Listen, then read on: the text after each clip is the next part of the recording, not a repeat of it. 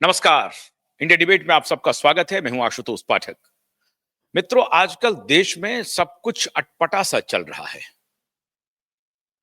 कल भी मैंने आपको बताया था कि ऐसा लगता है कि देश में घोर कलयुग चल रहा है, पूरी दुनिया में वैसे तो।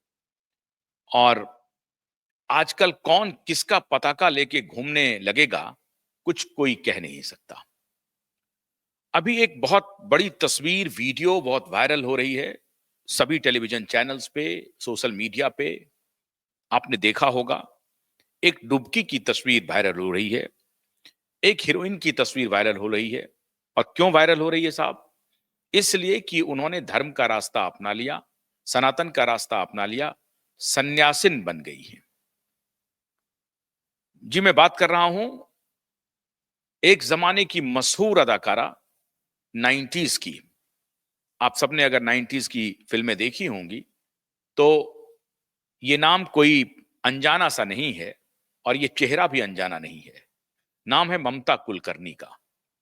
लेकिन ममता कुलकर्णी अपनी फिल्मों से ज्यादा किसी और कारण से चर्चा में रहीं और उनकी जो शख्सियत बनी वो एक दूसरे किरदार में भी बनी। फिल्मों का जो उनका किरदार था वो तो रहा ही, लेकिन फिल्मों के अलावा भी जिस किरदार को उन्होंने जिया वो बहुत ही अद्भुत रहा, या यूं कहें कि सबसे विवादास्पद रहा। जितनी उनको पॉपुलैरिटी फिल्मों में मिली थी, जितनी लोकप्रियता उनको फिल्मों में मिली थी, उससे ज्यादा अलोकप्रिय होकर के वो किसी और कारण से लोगों के मन मस्तिष्क पर छाई रही और 1-2 साल नहीं, वर्षों छाई रही। ये ममता कुलकर्णी वही हैं जो 90 के दशक में लगातार हिट फिल्में दे रही थी और उस जमाने के बहुत सारे, चाहे वो सलमान खान हो, चाहे दूसरे जो नामी अक्षय कुमार हों, सभी के साथ उन्होंने फिल्में की और नामी गिरामी फिल्मी हस्तियों के साथ मेल, अपने अपोजिट स्टार के साथ उन्होंने फिल्में की और काफी सफलता उनको मिली। सफलता लेकिन उस दौर में उन्हें मिल रही थी जिस दौर में मुंबई पर किसी का साया मंडरा रहा था और गहरा साया था। एक प्रकार से आप कह सकते हैं कि मुंबई एक ऐसे बादल के नीचे थी जिसमें सूर्य की रोशनी नहीं आती थी, सिर्फ अंधेरा ही अंधेरा था। और वो बादल था घना कोहरा, जिसको आप कहते हैं घना बादल। वो बादल था दाऊद इब्राहिम और उसके गैंग का, अंडरवर्ल्ड का। और उस दाऊद के साथ साथ सिर्फ दाऊद नहीं थे, और भी तमाम गैंगस्टर थे जो काम कर रहे थे। दाऊद के विरोधी गैंगस्टर थे, दाऊद के साथ मिलकर के सैकड़ों गैंगस्टर काम कर रहे थे। और पूरा बॉलीवुड एक प्रकार से 90 के दशक का, और ये वही दौर है जब शरद पवार जी, जिनको महाराष्ट्र के चाणक्य कहते हैं, उनका काफी दबदबा था। 90s में वो 89 90s में वो मुख्यमंत्री भी थे। उनके ऊपर आरोप भी लगता था कि शरद पवार साहब तो दाऊद के हेलीकॉप्टर से चलते हैं। और ये बात सही भी है कि शरद पवार दाऊद से मिलने के लिए दुबई गए भी, उनसे मुलाकात भी की। तो इसमें कोई अतिशयोक्ति भी नहीं है और वो छिपाते भी नहीं है। तो एक जमाने में जब दाऊद का पूरा वर्चस्व था मुंबई में, उसी जमाने में एक मध्यम वर्ग से आई हुई अदाकारा मशहूर हो रही थी अपनी खूबसूरती और अपनी अदा से, अपनी एक्टिंग से। लेकिन उस दौर में जो कोई भी खूबसूरत अदाकारा थी, जो कोई भी बेहतरीन एक्टिंग करने वाले थी, जिनको जो मशहूर हो रही थी, जिनकी लोकप्रियता बढ़ रही थी, वो स्वाभाविक रूप से अंडरवर्ल्ड के निशाने पर आ जाती थी। चाहे वो मंदाकिनी हो या कोई और एक्ट्रेस हो, वो सब अंडरवर्ल्ड के निशाने पर होती थी। जिस ममता कुलकर्णी की बात मैं करने जा रहा हूं, उसके पहले एक एक छोटा सा संक्षिप्त विवरण मैं दे दूं मंदाकिनी का। मंदाकिनी का शारजाह क्रिकेट ग्राउंड पे मंदाकिनी और अ, दाऊद का एक फोटो वायरल हुआ, तस्वीरें बाहर आईं और उसके बाद ऐसा माना जाता है कि मंदाकिनी का फिल्मी करियर तबाह हो गया। लोग डरने लगे मंदाकिनी को फिल्मों में लेने से, और मंदाकिनी को फिल्मों में लेने के लिए दाऊद के कॉल्स जाने लगे। अब मंदाकिनी के ऊपर कौन पैसा लगाएगा, वो फिल्में हिट होंगी या नहीं होंगी? जो प्रोड्यूसर डायरेक्टर होते हैं वो फिल्मों में पैसा लगाने के पहले कई बार सोचते हैं कि पैसा किस पर लगाया जाए, कैसे लगाया जाए, वो फिल्में चलेंगी कि नहीं चलेंगी, ये सब उनका प्रेरोगेटिव होता है, उस पर वो विचार विमर्श करते हैं और तभी पैसा लगाते हैं। ऐसा मुमकिन नहीं है कि किसी अंडरवर्ल्ड के लोग ने उनको फोन कर दिया और दबाव में वो अपना सारा पैसा बर्बाद कर लें। तो लोग बचते रहे मंदाकिनी को फिल्मों में लेने से, और दाऊद थे कि रुकने का नाम नहीं ले रहे थे। दाऊद लगातार फोन पर फोन करते रहे। तो एक प्रकार से डर का वातावरण मुंबई की बॉलीवुड में बन गया, और चाहे वो फिल्म प्रोड्यूसर हों, डायरेक्टर हों, म्यूजिक डायरेक्टर हों, सबके सब दहशत में आ गए थे। और वो पूरा दौर अगर आप याद करें तो दिन के उजाले में गोलियां चलती थीं। जिस डायरेक्टर ने, जिस प्रोड्यूसर ने बात नहीं मानी, उन्हें मौत के घाट उतार दिया गया। और इसमें फेहरिस्त बहुत लंबी है, बताने की आवश्यकता नहीं है। मैं सिर्फ चर्चा ये कर रहा हूं कि उस दौर में जब बॉलीवुड का दबदबा था मुंबई में, तो बॉलीवुड का जब दबदबा था, अंडरवर्ल्ड का जब दबदबा था बॉलीवुड के ऊपर, तो अंडरवर्ल्ड के दबदबे में जो सबसे पहला निशाना हुआ करता था, वो खूबसूरत अदाकारा हुआ करती थी। और वो न सिर्फ उनके उनके एक प्रकार से हरम की खूबसूरती बढ़ाने के लिए उनको ताकीद की जाती थी, उनको डराया जाता था, उनको धमकाया जाता था, बल्कि बल्कि उनसे मोहब्बत का भी एक नाटक रचा जाता था। और ऐसे अंडरवर्ल्ड के सैकड़ों गैंगस्टर हैं जिन्होंने उस वक्त की मशहूर अदाकारा से मोहब्बत किया और उनसे शादी की। उसको कई तो तलाक हो गए, कईयों की जिंदगी तबाह हो गई, कईयों की जिंदगी चलती रही, कुछ गुमनाम हो गए, और कुछ जिनका नाम हुआ, उन्हीं में से मंदाकिनी और ये ममता कुलकर्णी है। मैंने मंदाकिनी का जिक्र इसलिए किया क्योंकि आपको थोड़ा नेपथ्य में ले जाएं, आप सभी जानते भी होंगे, लेकिन आज मैं जिस बात का जिक्र कर रहा हूं वो बेहद महत्वपूर्ण बात है। तो साहब, ये ममता कुलकर्णी जो हैं वो भी मंदाकिनी के ही रास्ते पर निकल पड़ी, और ममता कुलकर्णी भी अपनी मशहूरियत को ठीक से पचा नहीं पाई, या आप ये कह सकते हैं कि जिस मध्यम वर्गीय परिवार से वो आती थी, उन्हें उनके पास कोई ऑप्शन नहीं था, और उनको भी डराया गया होगा, उनको भी धमकाया गया होगा, या मोहब्बत से ही फंसाया गया होगा। हनी ट्रैप उल्टा हो गया होगा। हनी ट्रैप जनरली लड़कियां करती हैं, लेकिन यहां पर अंडरवर्ल्ड के लोग हनी ट्रैप करते थे और उनको फंसा करके लाते थे, और उनको लाने के बाद अपने तरीके से बहुत सारे काम वो करवाते थे। ये पूरा अंडरवर्ल्ड का जो मॉडस ऑपरेंडी था वो यही था। तो ये मॉडस ऑपरेंडी जो है वो इसी तरीके से इनका चलता रहा। अब साहब, ममता कुलकर्णी जी भी अंडरवर्ल्ड के निशाने पर आ गई, और या यूं कहें कि ममता कुलकर्णी का दिल लग गया अंडरवर्ल्ड के एक खिलाड़ी से। और ऐसा दिल लगा साहब, ऐसा दिल लगा कि उन्होंने उनसे शादी कर ली। अब जनाब कौन थे? जनाब थे विक्की गोस्वामी नाम का व्यक्ति, जो अंडरवर्ल्ड का माफिया कहा जाता है, सरगना कहा जाता है। और अंडरवर्ल्ड के काम क्या क्या होते थे? सबसे बड़ा काम जो अंडरवर्ल्ड का था उस दौर से, और आज भी अंडरवर्ल्ड जिस काम को कर रहा है, जिसमें पूरा बॉलीवुड पूरी तरह से बदनाम हो चुका है, और अब बच्चा बच्चा जान चुका है कि बॉलीवुड की फिल्में हिट कैसे होती हैं, 100 करोड़ के टारगेट को कैसे पूरा करती है, 1000 करोड़ के टारगेट को कैसे पूरा करती है, कौन प्रोड्यूसर, कौन डायरेक्टर, कौन अभिनेता इस 100 करोड़ 1000 करोड़ करने के रैकेट में है, कैसे ब्लैक मनी को व्हाइट किया जाता है, कैसे नकली नोटों का यहां पर बाजार चलाया जाता है सिनेमा घरों के माध्यम से। नकली नोटों का सबसे बड़ा कारोबार का अड्डा अगर कोई जगह है तो वो जगह है बॉक्स ऑफिस, सिनेमा हॉल। वहां नकली नोट जाते हैं, किसी को फिक्र नहीं है साहब देखने की, और उसमें खप जाते हैं। और ऐसा होता है साहब कि हॉल के हॉल बुक कर लिए जाते हैं। ये जो 1000 करोड़ निकलने का है, लोग एक भी नहीं देख रहे हैं और कह रहे हैं कि धूम मचा दिया। बहुत सारे मूवी इस दौर में आए जो बाजार में दिखे नहीं, चले नहीं, लेकिन उनका जो बॉक्स ऑफिस रेटिंग है वो बहुत जबरदस्त था। वो तो सैकड़ों करोड़ रुपए कमा लिया एक सप्ताह के अंदर, 2 सप्ताह के अंदर। तो ये होता कैसे है? इसके बारे में जब मैंने अपने सूत्रों से बात की, मुंबई में जो बहुत सारे हमारे सूत्र हैं, खास तौर से जो पुलिस वाले हमारे सूत्र हैं, वो बताते हैं साहब कि ब्लैक मनी का जो पूरा धंधा चलता है, ये इसको ऑपरेट करने का एक बहुत बड़ा काम ये बॉलीवुड माफिया करते हैं। अंडरवर्ल्ड के सरगना और बॉलीवुड माफिया पूरी तरह से हैंडेड ग्लोब हैं, और इसमें कौन प्रोड्यूसर, कौन डायरेक्टर, कौन फिल्म अभिनेता इसमें शामिल है ये कहना मुश्किल है। कभी कभी तो ऐसा लगता है कि पूरी बॉलीवुड इंडस्ट्री इसमें शामिल है और अंडरवर्ल्ड माफिया के साथ ये पूरी तरह से 100% हैंड इन ग्लोब है।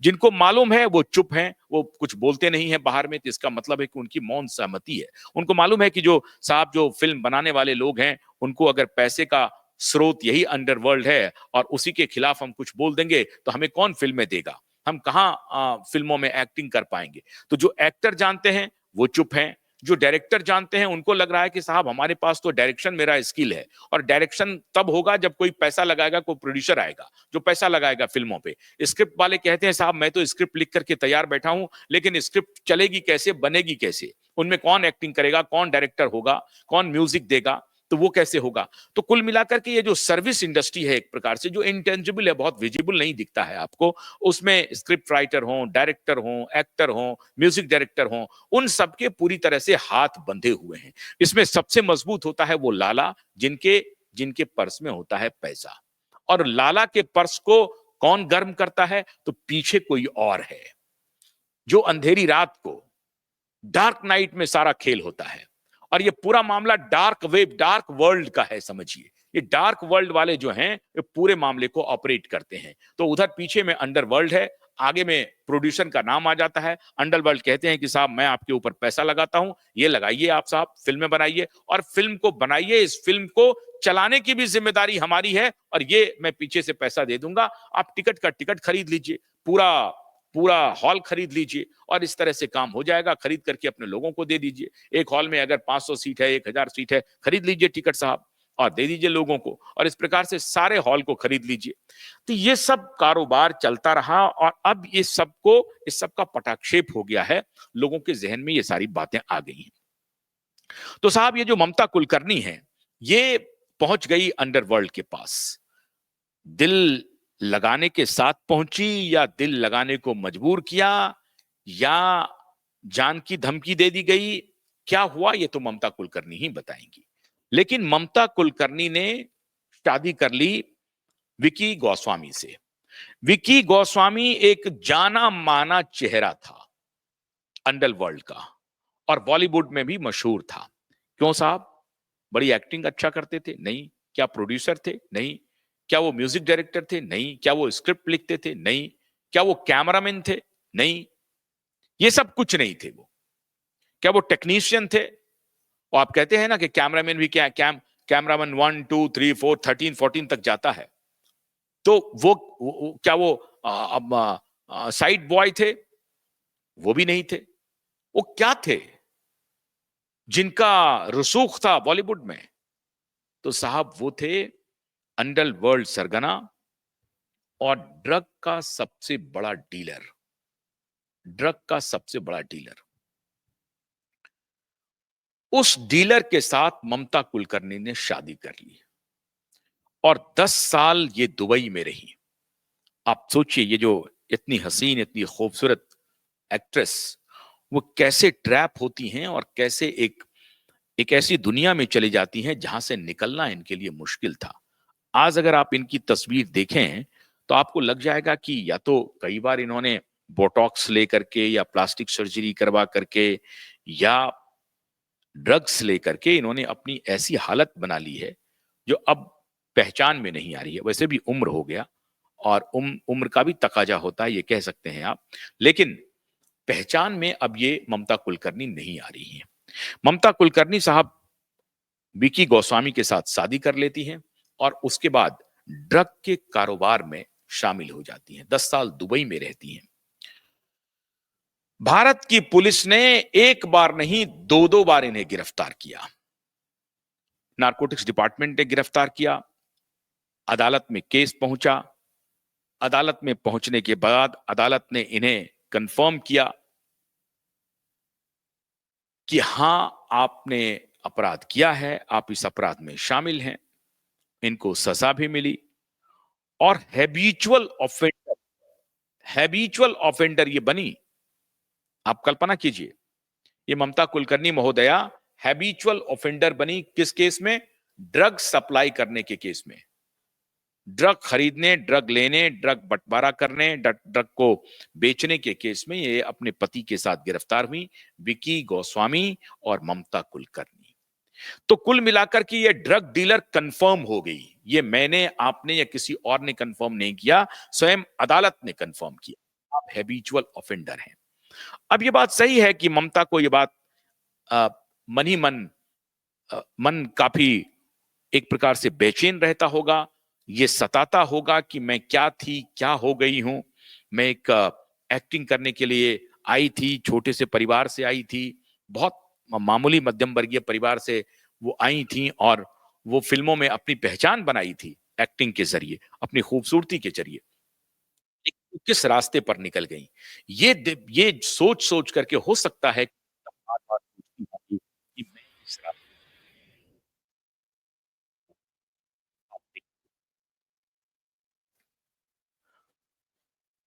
लेकिन निकल के जाएं कहां, रास्ता क्या ढूंढा उन्होंने। इसलिए मैंने कहा आपको कि अब ऐसा लगता है कि सनातन पर लोगों को पुनर्विचार करना पड़ेगा। अगर सनातन के झंडा बरदार ऐसे ही लोग रहेंगे, लोग वैसे तो कहते हैं कि वाल्मीकि रामायण लिखने वाले भी वो लूटपाट ही करते थे, वाल्मीकि, और फिर वो मरा मरा जपते जपते राम राम कहने लगे थे। अब ये सब कहानियां हैं, लेकिन आज के दौर का जो सनातन है, अगर ममता कुलकर्णी के हाथ में जाता है तो इसमें मुझे कुछ संदेह की बू आ रही है। ये यूं ही नहीं हो रहा है, दोनों बातें हो सकती हैं, लेकिन ये शंका भी स्थापित कर रहा है कि अभी आप देखिए, 13,000 करोड़ का ड्रग दिल्ली में पकड़ाया था। सुशांत और दिशा की जो मौत हुई है उसमें ड्रग एक बहुत बड़ा फैक्टर है। शाहरुख खान के बेटे की गिरफ्तारी हुई है, और मुंबई का नारकोटिक्स डिपार्टमेंट, सबको मालूम है कि कहां कहां ड्रग चल रहा है, और आज भी चल रहा है, धड़ल्ले से चल रहा है। ऐसा नहीं है कि 13,000 करोड़ का ड्रग अगर पकड़ा चला गया तो ड्रग तो मार्केट से खत्म हो गया, बिल्कुल नहीं है। आज भी रेप पार्टियां हो रही हैं, फार्म हाउसेस में पार्टियां हो रही हैं, पब में पार्टियां हो रही हैं, नाइट आउट हो रहे हैं, और सैकड़ों हजारों इस देश के नाइट क्लब्स जो हैं, वो सबसे बड़ा अड्डा है ऐसे ड्रगों का। किन किन ड्रग को वे लोग बेच रही थी वो बताने की जरूरत नहीं, आप गूगल करेंगे आपको सब मिल जाएगा कि ममता बनर्जी किन दो स्पेसिफिक ड्रग को बेच रही थी। ये महत्वपूर्ण नहीं है। क्यों अगर आपको कुछ इंसाइट दे रहा है तो ये समझने की बात है कि इसके पीछे का लॉजिक क्या है। तो 13,000 करोड़ का ड्रग यहां पकड़ा गया। मुंबई और देश भर के सभी नाइट क्लब्स में ड्रग्स चलते हैं, इस बात से कोई इनकार नहीं किया जा सकता। लेकिन अब ये भी नहीं कह सकते हैं कि सारे नाइट क्लब्स में ड्रग चलते हैं। बहुत सारे नाइट क्लब्स में ड्रग चलते हैं, और ये पुलिस की देखरेख में चलते हैं। ये ध्यान रहे, ये ड्रग का कारोबार, ये दिखाने के दांत कुछ हैं, खाने के कुछ और हैं। ड्रग के लिए प्रधानमंत्री फोन भी करते हैं कि जो नशेड़ी हैं उनको, उनकी नशा मुक्ति के लिए वो अलग अलग होम भी बना रहे हैं, घर भी बना रहे हैं। अब उसमें कौन जा रहा है, नहीं जा रहा है, उसमें भी सरकारी पैसे का वारा न्यारा हो रहा है, वो नहीं मालूम। लेकिन ड्रग एक बहुत बड़ा बाजार है, लाखों करोड़ का बाजार है, लाखों करोड़ का। अब वो हर जगह बिक रहा है। अब साहब, मैं हैरान हो गया कि ममता कुलकर्णी महामंडलेश्वर क्यों बनाई जा रही है, और महाकुंभ ये क्यों पहुंच गई हैं। अगर पहुंची हैं तो ये किन्नर अखाड़े को क्यों चुनी है। ध्यान रहे आपको, 2013 और 2016 में किन्नर अखाड़े का गठन हुआ, और 2013-14 में महिला अखाड़े का गठन हुआ। सनातन धर्म में जो 12-13 अखाड़े हैं उसमें महिला अखाड़े नहीं थे। तो महिला साध्वियों ने कहा कि अगर नागा का अखाड़ा हो सकता है, साधुओं का विभिन्न अखाड़ा हो सकता है, तो शंकराचार्य ने तो 4 ही अखाड़े बनाए थे। तो ये जब इतने अखाड़े अब बन गए हैं तो उसमें महिलाओं का भी अखाड़ा होगा, साध्वियों का भी अखाड़ा होगा, और साध्वी को माई कहा जाएगा और नागिन भी कहा जाएगा। उन्होंने खुद ही कहा कि साध्वी को माई कहा जाएगा, नागिन कहा जाएगा। तो साध्वियों का भी अखाड़ा होना चाहिए, इसके लिए बहुत लंबी लड़ाई लड़ी गई कि महिलाओं का अखाड़ा होना चाहिए, नहीं होना चाहिए। और आखिर में महिलाओं को इसमें विजय मिल गई और 2013 में महिला अखाड़े का गठन हो गया। 2016 में आकर के किन्नर अखाड़े का भी गठन हो गया साहब, ये लीजिए। महिला, पुरुष और थर्ड जेंडर जो है वो भी हो गया, किन्नर अखाड़े भी हो गया। अब ममता कुलकर्णी अगर महामंडलेश्वर ही इनको बनना था, साध्वी ही बनना था, अपना पिंडदान ही करना था। महामंडलेश्वर कैसे बनते हैं, सन्यासी कैसे बनते हैं, ये आपको मालूम होगा कि स्वयं ही अपना पिंडदान उनको करना पड़ता है। आप स्वयं का पिंडदान कर दें और फिर सन्यास के रास्ते पर जा सकते हैं। पिंडदान का मतलब आप अपना श्राद्ध कर चुके हैं, आप अपना संस्कार कर चुके हैं। जो अंतिम संस्कार होता है वो आप ये मान करके कर चुके हैं कि अब आप इस धरातल पर नहीं है, अब आप कुछ और हैं। अब आप वो नहीं हैं जो जिस नाम से दुनिया पहचानती है, अब आपका नाम कुछ और होगा। तो ममता कुलकर्णी भी उसी रास्ते पर चली और उन्होंने भी खुद अपना पिंडदान करा लिया और अपना संस्कार भी करा लिया। अब Mamta Kulkarni is no more Mamta Kulkarni. Mamta Kulkarni is dead for us. अब ममता कुलकर्णी नहीं है, अब वो महामंडलेश्वरी दूसरी साध्वी गिरी हैं। अब वो गिरी बन चुकी हैं, महामंडलेश्वर बन गई हैं। श्रीमंत और महामंडलेश्वर दो उपाधियां हैं, जिसमें कि श्रीमंत थोड़ा नीचे होता है, महामंडलेश्वर थोड़ा ऊपर होता है। तो महामंडलेश्वर बन गई हैं। लेकिन सवाल है कि ममता कुलकर्णी ने, अगर ममता कुलकर्णी एक महिला है तो महिला अखाड़े की मौजूदगी ऑलरेडी है जहां वो साध्वी बन सकती थी। उन्होंने किन्नर अखाड़े को क्यों चुना? तो क्या ममता बनर्जी भी उस श्रेणी में है? ऐसा तो हो नहीं सकता। उनकी वो शादीशुदा हैं, उनके पति हैं, तो वो इस श्रेणी में तो हो नहीं सकती। तो उन्होंने किन्नर अखाड़े को क्यों चुना? यहीं पर एक जो शक की सुई मेरे जहन में आई और मैंने इस पर रिसर्च करना शुरू किया, तो मुझे लग रहा है कि अरे साहब, इसमें तो खेल कुछ और है, इसे तो समझने की जरूरत है। ममता बनर्जी ने आखिर में किन्नर महामंडलेश्वर बनने का क्यों सोचा? सनातन का अगर ध्वजा ही उनको थामना था तो किन्नर का महामंडलेश्वर बन करके या महिला अखाड़े में जाकर के महिला साध्वी होकर के महिला महामंडलेश्वर बन करके वो उठा सकती थी। जूना अखाड़े के साथ महिला साध्वी का भी संबंध है और जूना अखाड़े का किन्नर अखाड़े का भी संबंध है। ये दोनों साथ मिलकर के काम करते हैं। तो साहब, उन्होंने जूना अखाड़े से भी मीटिंग हुई उनकी और किन्नर अखाड़े से भी मीटिंग हुई। ये जो महामाना त्रिपाठी जी हैं, जो किन्नर अखाड़े की महामंडलेश्वर हैं, उन्होंने इन्हें महामंडलेश्वर बनाया।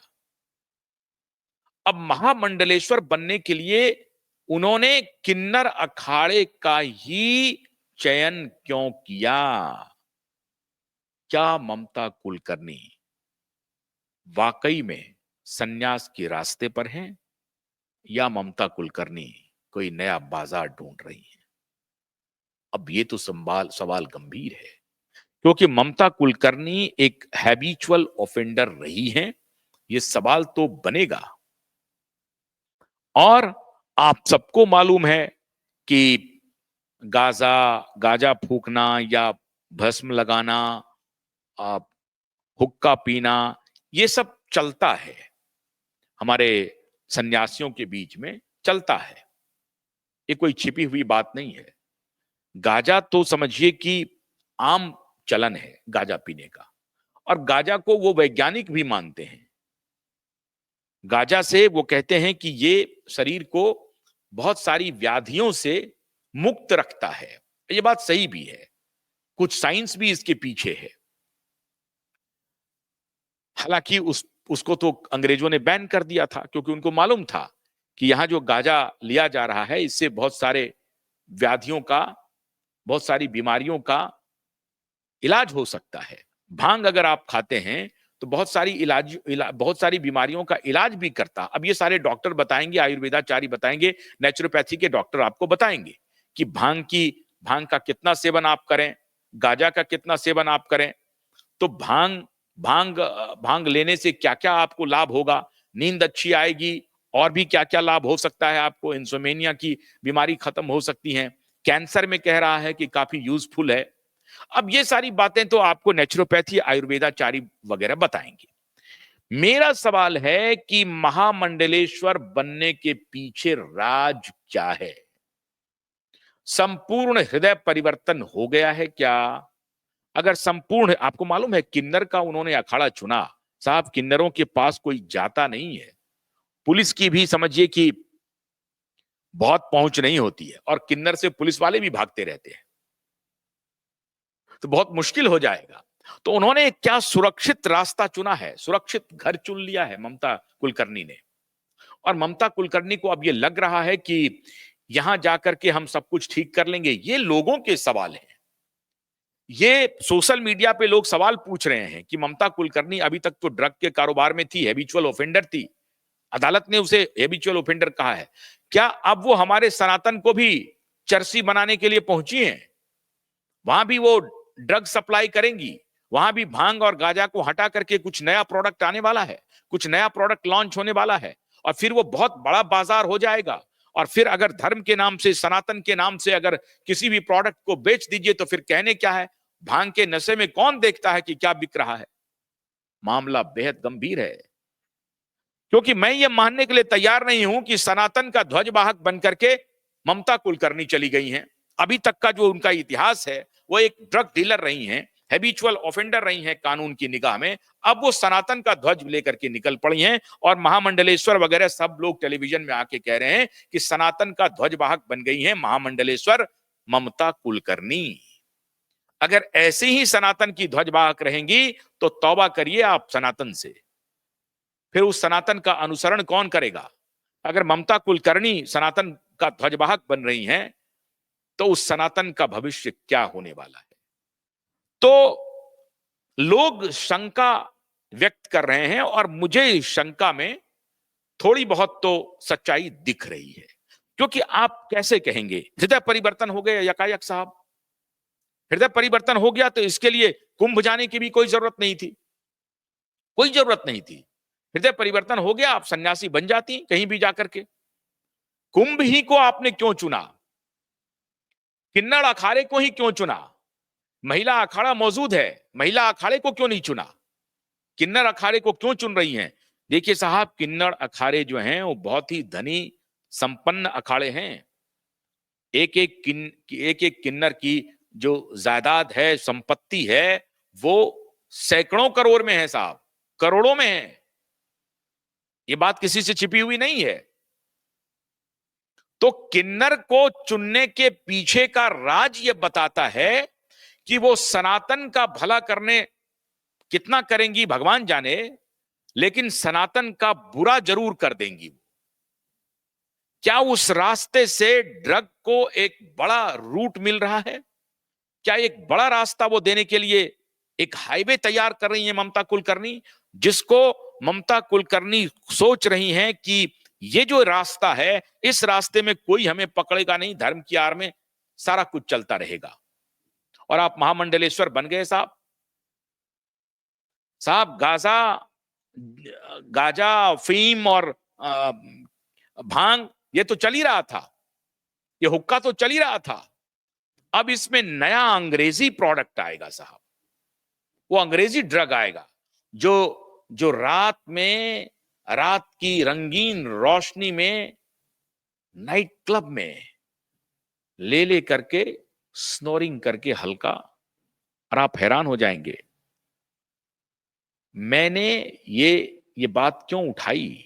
मैं उन क्लबों को बहुत गंभीरता से जानता हूं, देखा हूं, और बड़े बड़े लोगों को उस क्लब में जाते देखा है, और बड़े बड़े लोगों को उन क्लबों में जाकर के इन ड्रगों का सेवन करते हुए देखा है, अपनी इन्हीं दो आंखों से,